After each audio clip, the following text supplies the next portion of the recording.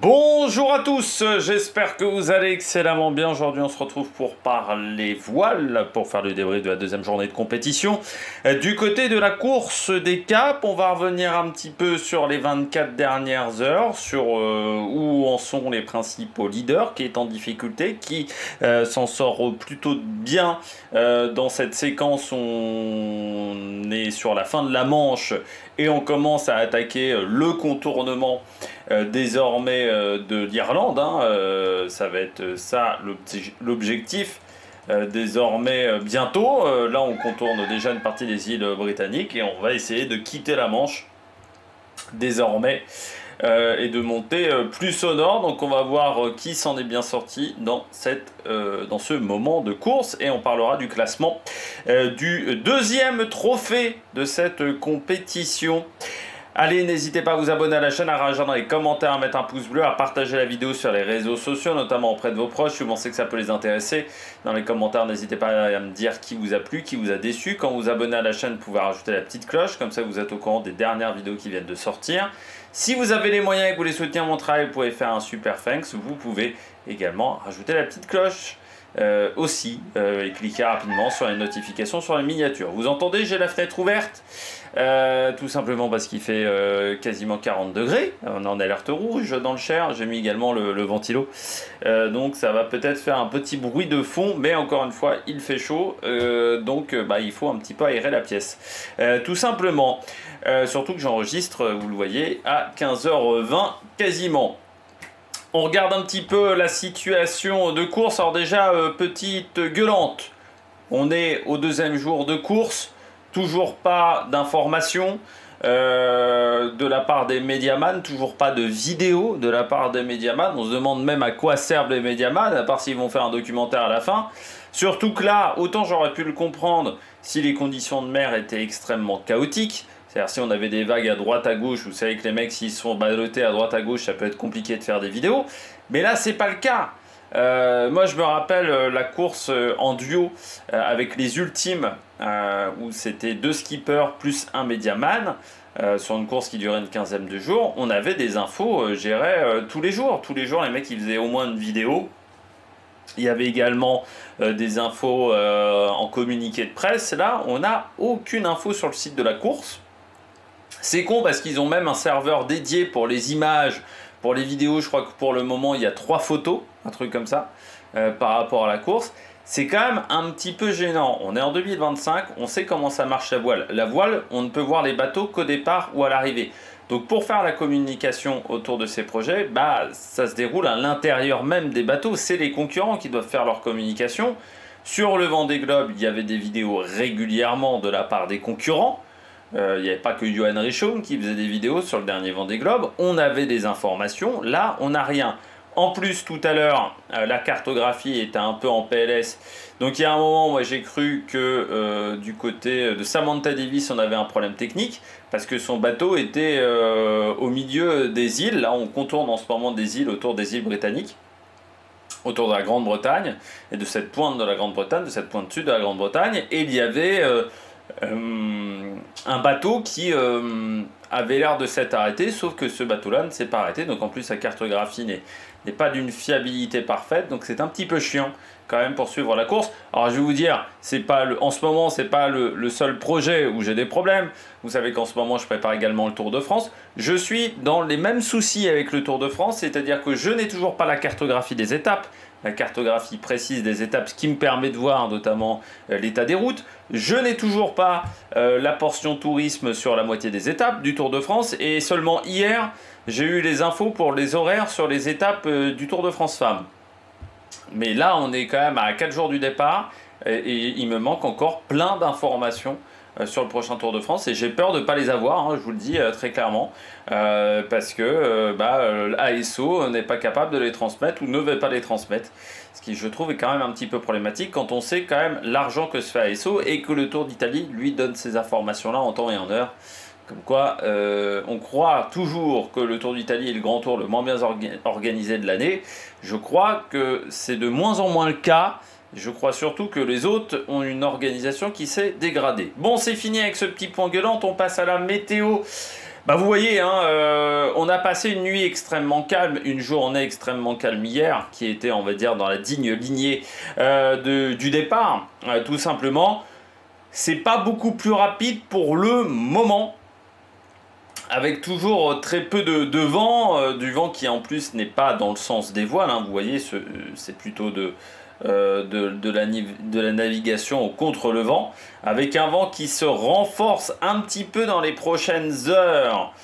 Donc ça va être intéressant pour les concurrents. Ça devrait accélérer légèrement, on devrait augmenter la vitesse. Ce qui va être très intéressant là en termes de stratégie, c'est que le premier qui arrive à récupérer le vent, il va certainement pouvoir faire un premier écart. Pour le moment, on a un peloton qui est assez serré dans le top 5. Ça devrait changer si après cette zone-là de vent dans 2-5 heures, donc en fin d'après-midi, eh bien cette zone de vent, si on arrive à la récupérer en premier, on va pouvoir accélérer plus vite que ses concurrents et donc faire des écarts. C'est ce qui s'est passé un petit peu sur le dernier Vendée Globe au large du Brésil avec le peloton, où certains concurrents avaient réussi à, je ne sais plus si c'était pas Benjamin Dutroux qui avait réussi à faire ça, à s'échapper comme ça au niveau du vent et à s'isoler comme ça à un moment par rapport à ses adversaires.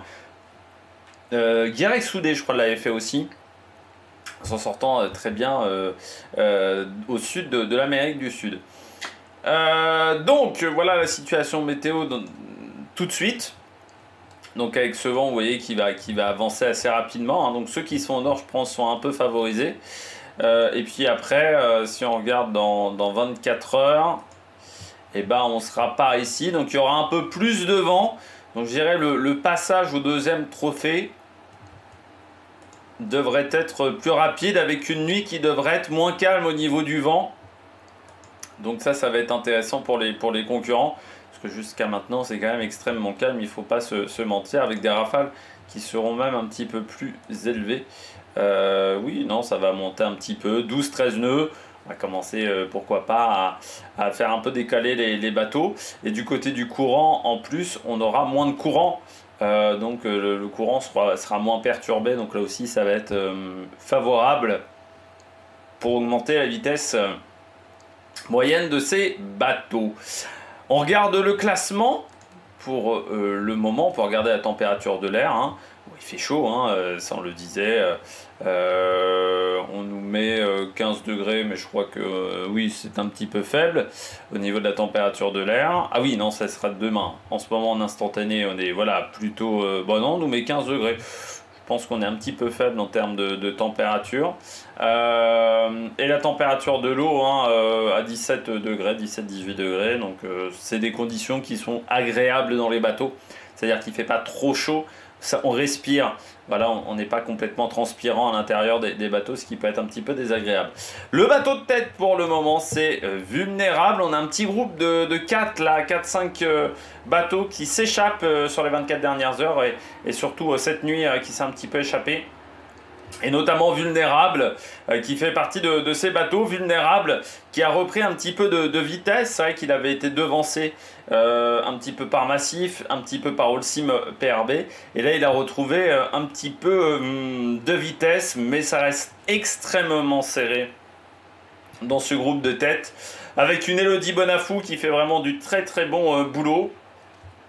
Quasiment au niveau de Sam Goodchild. On rappelle hein, que le bateau d'Elodie Bonafou, association Petit Prince Keguiner, c'est la même base, hein, c'est un sister ship de Massif, donc c'est un bateau qui a été fait dans le même moule, tout simplement. Donc c'est à dire que les qualités de polyvalence de ce bateau Massif sont, je pense, à peu près les mêmes pour le bateau d'Elodie Bonafou pour le moment. Donc c'est assez serré, surtout qu'on revient un petit peu sur le bateau Vulnérable, mais qui ne s'était pas vraiment échappé. Et puis on a Holcim PRB qui va vite en ce moment, Holcim PRB. Donc ça se passe plutôt pas mal pour ces bateaux-là. On regarde quand même la vitesse sur les 24 dernières heures. On est à seulement... on est sur des moyennes qui sont extrêmement basses sur 24 heures, 5,8 nœuds. C'est rien du tout, hein, tout simplement. C'est vraiment une vitesse extrêmement lente. Seulement 139 000 de parcouru par ses concurrents. C'est voilà, c'est incroyablement faible. Mais c'est là où les écarts peuvent se faire et peuvent grandir ensuite au fur et à mesure de la course. Cinquième bateau, alors qui est un petit peu distancé mais légèrement, hein, vous voyez, elle est seulement 4000 nautiques de retard par rapport au bateau de tête. C'est Malizia, Sea Explorer avec Will Harris, un bateau qui arrive toujours à être efficace en ce moment, alors que on est quand même dans des conditions qui sont plutôt son talon d'Achille, hein, des conditions comme ça de vent assez faible, de zone de transition. C'est un bateau qui n'aime pas vraiment ça, mais pour l'instant il s'en sort très bien.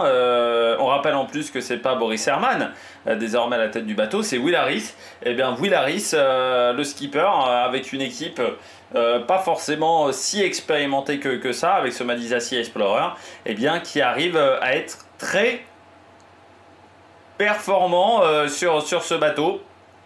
Donc c'est assez intéressant de voir comment ça va continuer pour la suite. Justine Métro, là un petit peu distancé, hein, désormais 6e à 11 000 nautiques. Ça s'est déroulé dans la nuit. On regardera ça avec la petite courbe, où elle a perdu du temps dans la nuit en début de soirée. Et ensuite, bien l'élastique l'élastique s'est resserré, mais ensuite quand il a rompu, eh bien cet écart s'est agrandi. On va voir ça même tout de suite avec le petit schéma de course. Donc là, on va revenir hier à 23 h. Voilà, vous voyez. Donc on a toujours ce paquet de tête avec Justine Métro qui est donc dans le bon paquet avec Malizia, hein, tout ça se touche. Et puis elle va un peu se rater. Peut-être, voilà, ici, vous voyez, c'est là où elle perd du temps. Elle va perdre pas mal de temps dans la nuit, vous voyez. Elle va même quasiment se faire rattraper par le groupe Charal et Benjamin Dutreux à un moment. Voilà, là, ça va être très proche. Là, je pense qu'elle a un peu raté ses manœuvres aussi, hein, parce qu'on voit qu'il y a deux vaguelettes, alors que certains ont réussi une trajectoire plus franche pour contourner ces îles. Ici. Et ensuite, elle a perdu beaucoup de temps, voilà, là aussi, dans ses manœuvres pour contourner l'île. Et c'est ce qui fait que elle se retrouve un petit peu derrière, avec du vent peut-être un petit peu plus faible, du temps perdu vers 22h, pardon, 23h. Elle a perdu du temps à ce moment-là. Et vous voyez qu'ensuite, eh bien, tout a été retardé. Alors là, je viens d'avoir une nuée de poussière. C'est le voisin qui décide de retourner son terrain. Voilà, avec le tracteur, ça fait un petit peu de poussière. On passe à Jérémy Bayou avec Charal, qui est un petit peu derrière. Alors avec Benjamin Dutreux, c'est des coureurs, on rappelle, hein, Jérémy Bayou a perdu beaucoup de temps au départ. Il a eu beaucoup de mal à se mettre en route. Déjà hier, hein, ils avaient un petit retard, alors qui était léger à ce moment-là par rapport à la tête de course. Et puis l'élastique s'est tendu, hein, tout simplement parce que alors ils se sont approchés, vous voyez, en début de nuit. Et puis après, ça s'est retendu en contournement de cette île-là, de Bishop Rock, où là ils ont reperdu du temps dans cette zone de vent faible, où ils ont dû faire beaucoup plus de manœuvres que leurs concurrents de devant. Et forcément une manœuvre, c'est pas mal de perte de temps, vous voyez, même en termes de trajectoire, c'est beaucoup moins propre que les concurrents de devant. Et c'est pareil pour Benjamin Dutreux, Arnaud Boissière, donc ça leur a fait perdre un petit peu de temps, mais l'avantage c'est qu'ils sont toujours, on va dire, assez proches. Voilà, en termes de trajectoire, vous voyez, quand je vous parlais de fiabilité de la carte, là d'un coup on a, voilà, sur la dernière heure ils ont pris les chemins opposés, donc on verra si véritablement ces chemins là sont opposés, mais c'est plutôt intéressant, voilà, de la part de Jérémy Bayou, parce que le temps qu'il a perdu au départ, on voit que c'est compliqué à rattraper. C'est ce qui s'était passé pour Samantha Davis, hein, sur le dernier Vendée Globe, ou pour le bateau MACSF également d'Isabelle Yoshke. C'était des concurrentes qui avaient mis beaucoup de temps à se mettre dans le rythme, et ensuite le temps qu'elles ont perdu quasiment sur les 3-4 premiers jours de course, ça leur a coûté très cher sur la suite, parce que tous les schémas météo se sont mal engagés pour ces bateaux-là, et notamment pour MACSF qui a cette fameuse dépression, pardon, qui avait catapulté les leaders vers l'Afrique du Sud. Eh bien, elle avait dû quitter cette dépression très vite. Elle avait été éjectée, cette dépression, très vite, parce qu'elle s'était retrouvée assez loin, comme également Bureau Valley à ce moment-là, qui n'était pas dans la bonne situation météo. Et c'est vrai que parfois, alors parfois vous pouvez revenir de l'arrière, mais dans d'autres situations, vous devez laisser le peloton de tête s'échapper. Normalement, quand même, sur cette course, on aura d'autres situations assez techniques à gérer. Donc normalement, il y aura des coups encore à faire. Vous voyez que le vent va pas être encore parfait dans les prochaines heures. Donc il y aura encore des coups stratégiques à réaliser pour Jérémy Bayou. Et pour Benjamin Dutreux, on rappelle aussi que Benjamin Dutreux a un bateau qui est plus ancien que ses petits camarades. Lui, c'est un bateau 2016-2017, quand les autres sont sur des bateaux de génération 2020 ou 2024. Donc des bateaux qui sont beaucoup plus modernes. Initiative Cœur, pour le moment 9e. Mais là aussi, vous voyez, la distance augmente par rapport au bateau de tête. Et surtout, eh bien, elle est engluée, Samantha Davis et Violette d'Orange. Les deux sont ensemble. Elle est un peu engluée avec les bateaux à dérive droite classique. Et on rappelle qu'on n'a pas les bateaux les plus rapides de la catégorie dérive droite. Fabrice Amedeo a fini dernier du Vendée Globe et il n'a jamais été en mesure de suivre, par exemple, un Tanguy Le Turquet ou un Guirec Soudé. Zalbol Vieresh, avant son abandon, il était également très long. Et on s'aperçoit que malgré ces bateaux-là qui sont quand même d'ancienne génération, qui ne sont pas les plus rapides de cette génération 2007, par exemple, eh bien, ce bateau-là a quand même du mal à tenir la cadence. Le bateau Initiative Cœur. Alors, est-ce qu'on est un peu trop prudent pour le moment du côté de cet équipage? Est-ce qu'on est vraiment là plus dans un objectif d'apprentissage pour Violette d'Orange, plus que dans un objectif véritablement de performance? Mais on est quand même un peu distancé. Alors vous allez me dire, il n'y a que 18 000 de retard. Oui, mais elle n'est que 9e aussi. Et puis la situation va peut-être pas s'améliorer parce qu'on a l'impression quand même qu'au niveau de la météo, c'est plutôt par le nord que le vent va arriver que par le sud de la flotte. Donc autant vous dire que j'ai peur que les écarts s'aggravent et augmentent pour le moment pour Samantha Davis. Pourquoi aller devant Amedeo et Verres? Parce que, hop, la route idéale, elle est ici. Et en fait, elle est un petit peu plus proche de cette route, voilà, en blanc.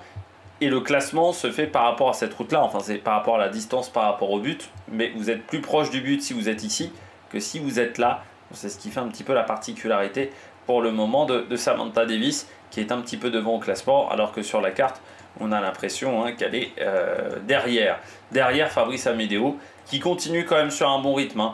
Fabrice Amedeo, je trouve. On rappelle quand même qu'il a un équipage qui n'est pas forcément très expérimenté. Par exemple, il y a Camille Etienne, qui n'est pas médiaman. Camille Etienne, elle est skippeuse techniquement sur le bateau. Je me suis même dit, c'est surprenant, parce qu'elle a dit qu'elle a quasiment pas navigué sur un bateau de course. Alors certes, elle a fait de la navigation parfois avec des associations de défense de la nature et de la planète, mais je croyais qu'il fallait passer notamment des tests de sécurité. Alors elle a peut-être passé ces tests de sécurité pour la classe IMOCA, mais j'ai été assez surpris par ces propos-là de la part de Camille Etienne, qui a dit, voilà, en gros, j'ai presque jamais mis les pieds sur un bateau de ce type. J'ai dit, ouais, on l'a fait partir quand même sur une course.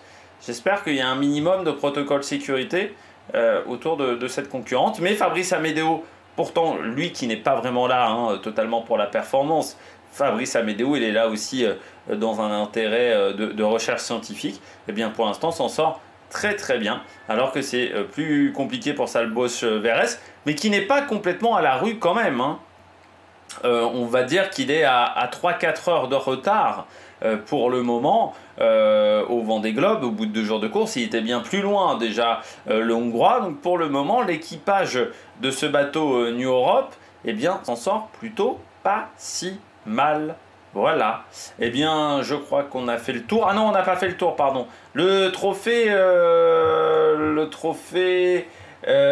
Movi. Voilà, qui était donc le deuxième trophée du jour, remporté par le bateau Vulnérable, ce deuxième trophée de la compétition. Alors vous voyez, avec très peu d'écart encore une fois par rapport à ses concurrents, parce que ça se tient en 30 secondes par rapport à Elodie Bonafou, Nicolas Lundven est également voilà, à 30-40 secondes. Tout le monde se tient, hein, que ce soit Sam Goodchild, également Malaysia. Tout ce petit groupe est extrêmement serré pour le moment. Donc il y a vraiment très peu de différence. Non, j'ai dit une petite bêtise. Il y avait 23 minutes, oui, je me disais bien. Je regardais les heures et pas les minutes. Super, ça a chaleur, ça. Donc non, il y avait un peu plus d'écart. Il y avait 25 minutes à peu près entre les deux bateaux de tête, Nicolas Lundven et Sam Goodchild. Sont encore à moins d'1 heure. Pareil pour Will Harris. En fait, la première concurrente qui est à 1 heure, et à 1 heure pile, c'est Justine Métro. Donc on voit que ce paquet de tête est très serré. Charal est à 1 heure et demie à peu près, avec également Initiative Cœur. C'est un petit peu plus loin pour la Micaline et pour FDJ United, alors que Zalbosch Veres n'a pas encore passé cette ligne. C'est pour ça qu'il n'est pas encore inclus dans ce classement, parce qu'il faut passer cette ligne-là, voilà, du côté de Zalbosch Veres. Eh bien, j'espère que vous avez aimé cette vidéo. N'hésitez pas à vous abonner à la chaîne, à réagir dans les commentaires, à mettre un pouce bleu. Nous, on se retrouve demain. J'espère vous donner des informations un peu plus complètes, si j'arrive à avoir des vidéos de bord ou encore des informations de la part de la direction de course. Mais pour le moment, c'est un petit peu calme de ce côté-là. Alors, n'hésitez pas à vous abonner à la chaîne, à réagir dans les commentaires, à mettre un pouce bleu. Et puis nous, on se retrouve pour de nouvelles aventures. Demain, il y aura notamment des vidéos cyclisme, hein, avec le Tour de France, la présentation des leaders. J'attends encore que la EF dévoile sa liste de départ, par exemple. Et puis, il y aura également un point sur le classement UCI avant ce Tour de France. Donc, il y aura des vidéos mercredi, jeudi, sous la canicule encore une fois.